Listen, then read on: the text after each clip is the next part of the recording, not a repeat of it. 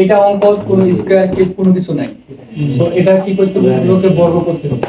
sin theta plus cos theta whole square উভয় পক্ষে বর্গ করলাম, উভয় পক্ষে বর্গ করে দেন পরবর্তীতে এখানে কি করতে দিব, a plus b whole square সূত্র a square plus 2a b plus b square equal to 1 এর পর স্কয়ার করলে 1। আচ্ছা, এটাকে আমি সাজা লিখলাম sin স্কয়ার আর cos স্কয়ার, তাহলে sin square theta plus cos square theta plus 2 sin theta তোমরা কি রোবট নাকি ধরবেনি ইকুয়াল টু 1। এটা মাঝখানে আছে শেষে দিলাম, sin স্কয়ার থিটা আছে sin স্কয়ার থিটা এই cos স্কয়ার থিটার সামনে নিয়ে আসলাম, তারপরে এটা তারপরে হচ্ছে এটার মান 1 sin square theta plus cos square থিটার মান 1 plus 2 sin theta into cos theta equal to 1। এবার 2 sin থিটা cos থিটা অনুপাত সাম্য দেখতে হবে, সবসময় অনুপাত সাম্য দেখতে হবে। 2 sin theta into cos theta equal 1 minus 1, তাহলে 2 sin theta into cos theta equal to 1 থেকে 1 বাদ দিলে 0, sin theta into cos theta equal to 0/2 বা sin theta into cos theta equal to 0 যে কোনো সংখ্যা দ্বারা ভাগ করলে 0। অঙ্কটার সবথেকে ইম্পর্টেন্ট নিয়ম হচ্ছে যতক্ষণ পর্যন্ত না গুণ আকারে আসবে ততক্ষণ পর্যন্ত থিটার মান বের করা যাবে না।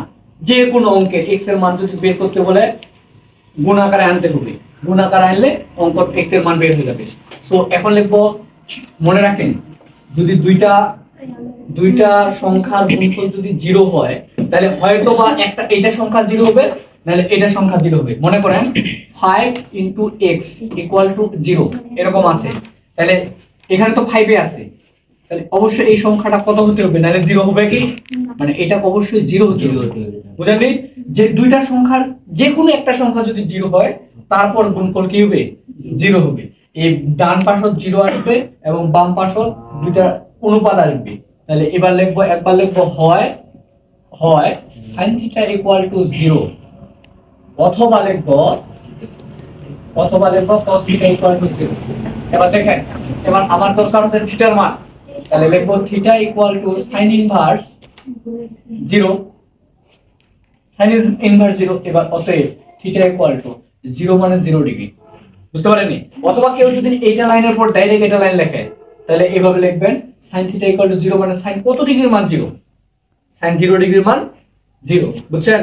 আচ্ছা, পরের কাটটা cos থিটা = 0 বা থিটা সহজ কথা এদিক অনুপাত এদিক যা ইনভার্স হবে, cos ইনভার্স 0।